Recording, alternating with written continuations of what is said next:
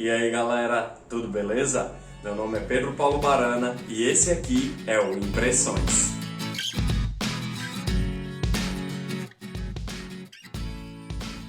Vocês já passaram pela sensação de estar lendo um livro, ou vendo um filme, uma série, ou até mesmo escutando uma música e pensarem, caralho, isso aqui vai se tornar um clássico?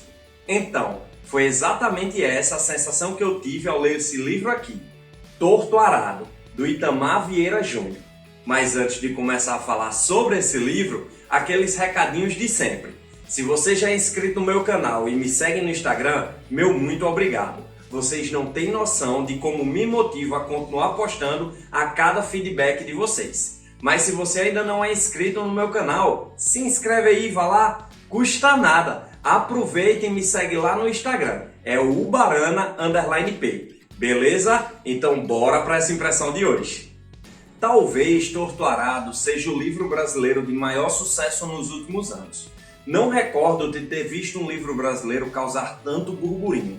O livro já ganhou diversas premiações, como o Prêmio Leia, o Prêmio Jabuti e o Oceanos. E cara, eu posso afirmar para vocês que ele realmente merece todos os elogios que vem recebendo. Que livro maravilhoso, minha gente! Mas antes de falar sobre a obra, vou falar um pouquinho sobre o autor. O Itamar ele é geógrafo e doutor em estudos étnicos africanos. Além disso, ele é funcionário há 15 anos do INCRA, trabalhando diretamente com a população rural, quilombola e indígena. Segundo o próprio autor, foi através de histórias que conheceu que veio a inspiração para a criação das duas protagonistas do livro. Porém, a ideia de escrever o livro surgiu bem antes, lá nos anos 90. Quando ele tinha uns 16 anos, ele começou a rascunhar a história. Mas quando sua família encontrou o manuscrito, pediu para que ele largasse a ideia, porque não ia dar em nada. Acho que erraram, né? Errou. Errou feio, errou rude. Mas agora sobre o livro em si. A história se passa na região da Chapada Diamantina, na Bahia, ali mais ou menos na metade do século XX, acredito eu. Eu digo isso porque o autor ele não deixa claro em que época se passa, porque ele realmente quer forçar o leitor a conseguir informações. E para isso ele deixa uma pista ali e outra acolá. Mas bem, a história se passa na fazenda de Água Negra e lá somos apresentados a Bibiana e a Belonísia, que são irmãs e protagonistas da obra. Além de protagonistas, elas também são as narradoras, mas isso eu conto daqui a pouco. O livro ele é composto majoritariamente por personagens femininas. E quando perguntado por que disso, o Itamar simplesmente respondeu que na família dele, as mulheres sempre foram as protagonistas da história. Enquanto eu pensava nelas, escrevia sobre elas, acho que as maiores referências, dessas mulheres eram as mulheres da minha família, com quem eu pude conviver desde a infância. Eu sempre brinco, Adriana, que as mulheres da minha família têm essa personalidade sólida, forte, E de alguma forma foi um guia, foi um farol para a construção dessas personagens. E enquanto nós vamos sendo apresentados às personagens da trama, a gente vai começando a entender as condições que aquela gente vive. Negros, descendentes de escravizados, aquelas famílias trabalhavam de graça na fazenda de Água Negra. Quer dizer, a princípio eles nem entendiam que estavam trabalhando de graça. Inclusive agradeciam ao patrão por deixá-los plantar em uma pequena porção de terra o seu próprio alimento. Também agradeciam a ele por poderem construir suas casas. Mas essas casas não podiam ser de alvenaria. Tinham que ser de taipa, porque vai que o patrão decide derrubar, né? Então, mas para aquela gente, quase toda analfabeta, não havia ninguém para informá-los sobre os seus direitos, para lhe orientarem e nem mesmo uma outra opção de trabalho para eles sobreviverem. O que eles sabiam fazer era trabalhar na roça, e era isso que eles faziam. A história começa a tomar rumo quando ocorre um trágico acidente com uma das irmãs. Quando elas ainda eram crianças, elas encontram uma mala embaixo da cama da avó delas. E lá elas acham uma bela faca reluzente com um cabo de marfim. E como toda boa criança que se preze, elas inventam de fazer arte com aquela faca. E a ideia delas, sabe-se lá por quê, é de colocar a faca na boca. E o problema é que a faca é extremamente afiada. E não é à toa que toda a primeira parte do livro é chamada de fio de corte. E aí uma das irmãs apenas se corta quando coloca a faca, mas a outra se assusta e acaba arrancando a sua própria língua. E esse é o motor para todo o restante da narrativa. E aqui eu quero trazer uma passagem impactante sobre o momento em que elas chegam no hospital. No hospital, demoramos a ser atendidas. Nossos pais estavam encolhidos em um canto ao nosso lado. Vi as calças sujas de terra que ele não teve tempo de trocar. Minha mãe tinha um lenço colorido amarrado na cabeça. Era o mesmo lenço que usava embaixo do chapéu que levava para se proteger do sol na roça. Ela limpava nossos rostos com peças de trouxa de roupa. E cada momento com um novo tecido com cheiro de guardado e que eu não conseguia identificar. Meu pai ainda segurava a língua envolta na mesma camisa. As folhas estavam guardadas nos bolsos de sua calça, talvez por vergonha de o apontarem com desdém, como um feiticeiro dentro daquele lugar que ele não conhecia. Foi o primeiro lugar em que vi mais gente branca que preta, e vi como as pessoas nos olhavam com curiosidade, mas sem se aproximar. A partir desse evento, as irmãs começam a criar uma espécie de simbiose. Tudo isso porque, com a incapacidade de oralidade de uma delas, elas acabam criando uma linguagem própria. Isso me lembrou muito um conceito chamado de linguagem umbilical. E quem cita esse conceito é uma escritora e atriz surda francesa chamada Emmanuelle Laborie, em seu livro O Grito da Gaivota.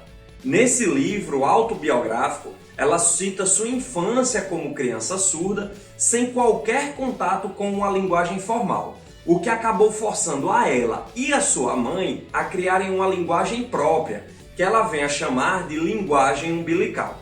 Mas voltando ao livro do Itamar. Sério, me desculpem, é porque tem tanta coisa para falar sobre esse livro que eu acabo me perdendo porque ele conversa com muitas outras obras. Como eu falei anteriormente, o autor ele não gosta de entregar as respostas de bandeja. Então ele cria todo um estilo narrativo que não entrega nem qual das irmãs perdeu a língua. Ele só dá uma pista aqui, outra ali, uma coisa bem sutil. E eu ficava doente porque eu lia e não conseguia ter certeza de qual irmã tinha perdido a língua. Mas isso é respondido um pouco depois.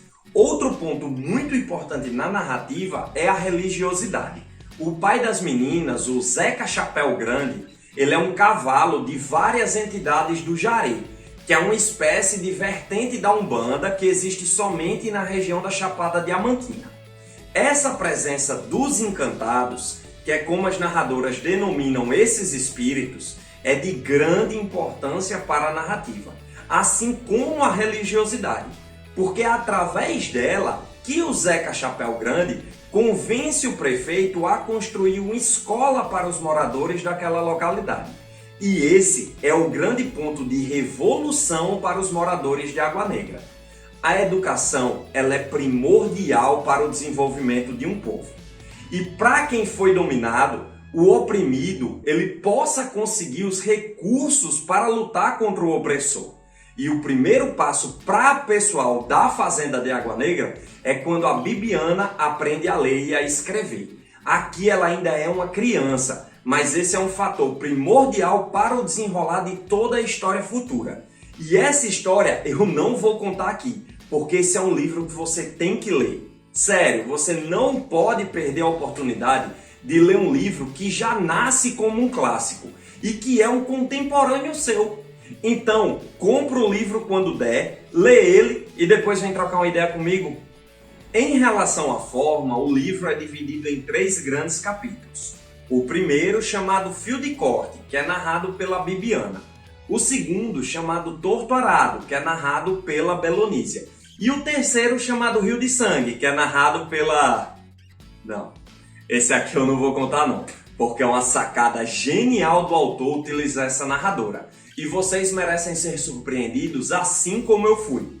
Na escrita, o Itamar conseguiu fazer uma junção muito boa entre o sotaque local e uma linguagem que aproxima o público. Eu não tentei mimetizar a fala dos trabalhadores, eu tinha consciência de que era um projeto meu, né? Então eu imprimi uma marca, aquele trabalho, e vou recriar essa linguagem, recriar este mundo a partir dessa experiência, né, dos falares, da forma de contar a história. Ou seja, alguém me disse recentemente que o romance tem parágrafos longos, né, é algo que remete à oralidade. Eu acho que a força da oralidade me